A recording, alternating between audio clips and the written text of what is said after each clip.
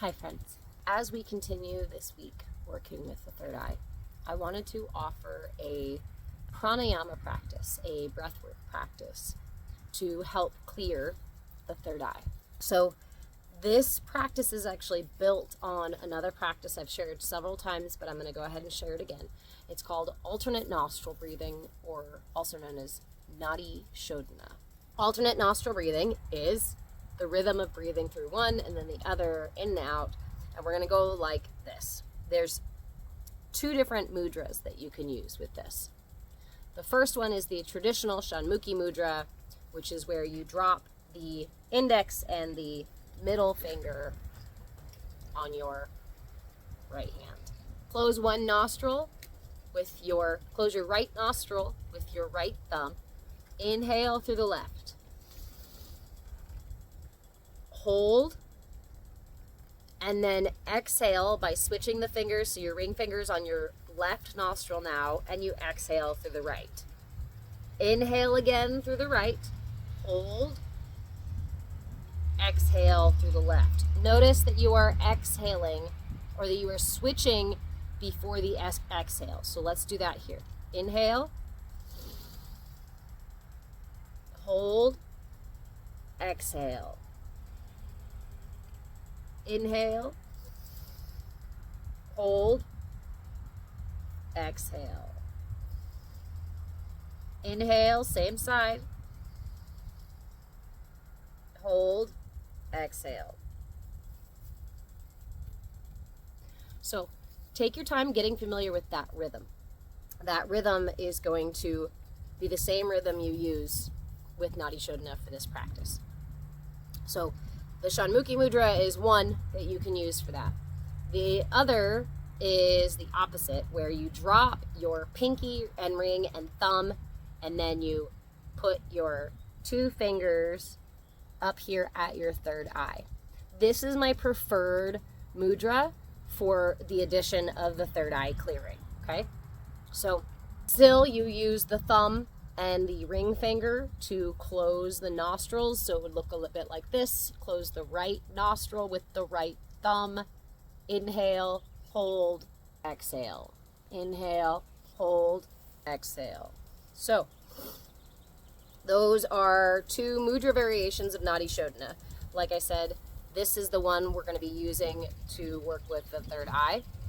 The only thing we add to this practice is that as you exhale, imagine that the breath is coming in through the nostril, goes all the way up to the third eye area. And now this is going to be helped by having your fingers right here on your Ajna chakra. So you inhale, and as you hold, imagine that that breath is swirling around, clearing this channel. Remember that the third eye channel actually runs at a diagonal angle through the head.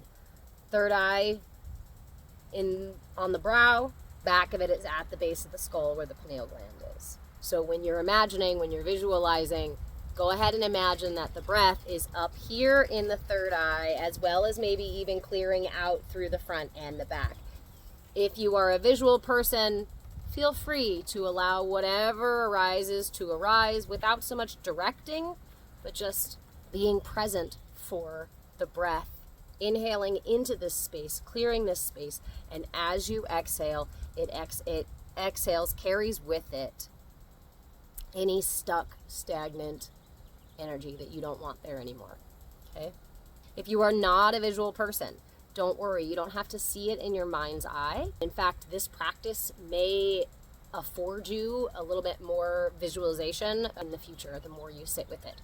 So just leave space for something to arise. Remember that it's not all about the visuals that you see in your head. Those are just a benefit. Those are just a boon, and they're not even necessary. It is your attention and your intention. So set your intention to use the breath to clear the third eye channel, and then keep your attention focused on it throughout the practice. So the entire focus here is that inhale, hold, allowing the breath to swirl around the third eye and maybe through that whole channel, and then exhale through the other side. Inhale through the same side, hold, let the breath clear, exhale whatever's stuck, whatever's sticky, whatever's not working anymore. So the other piece that I wanted to add to this, you can do that for as long as it's comfortable for you to do.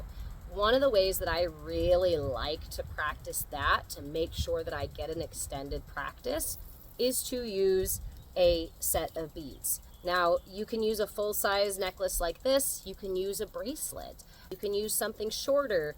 Honestly, you can use anything else that you have that can allow you to count breaths.